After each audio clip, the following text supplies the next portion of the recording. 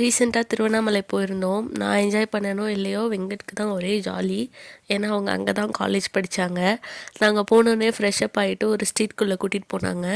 அங்கே இந்த வீட்டில் தான் நாங்கள் தங்கினோம், இங்கேருந்து தான் எங்களுக்கு சாப்பாடு வரும், அந்த கடையில் தான் டீ குடிப்போம், இந்த கடையில் தான் சாப்பிடுவோன்னு ஒரே காலேஜ் மெமரிஸ் தான். அதுக்கப்புறம் நேராக அண்ணாமலையார் கோயிலுக்கு போயிட்டோம். இந்த கோவிலில் கோபுரம்லாம் எனக்கு ரொம்ப பிடிச்சிருந்தது.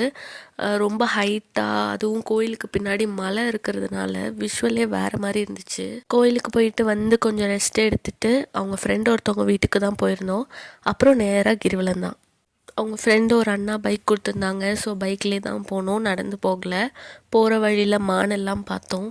அதே ரோட்டில் உருண்டை சோறுன்னு ஒரு கடையில் டின்னர் முடிச்சுட்டு திடீர்னு ஞான உதயம் வந்து வா என்னோட காலேஜை காட்டுறேன்னு கூட்டிகிட்டு போனாங்க. ஒரு பிரிட்ஜ் ஏறி இறங்கினோடனே பைக் ரிப்பேர் ஆகிடுச்சு. அப்புறம் மறுபடியும் அவங்க ஃப்ரெண்ட்ஸுக்கு கால் பண்ணி பைக் எக்ஸ்சேஞ்ச் பண்ணி ஒரு வழியாக ஹோட்டலுக்கு போய் சேர்ந்துட்டோம்.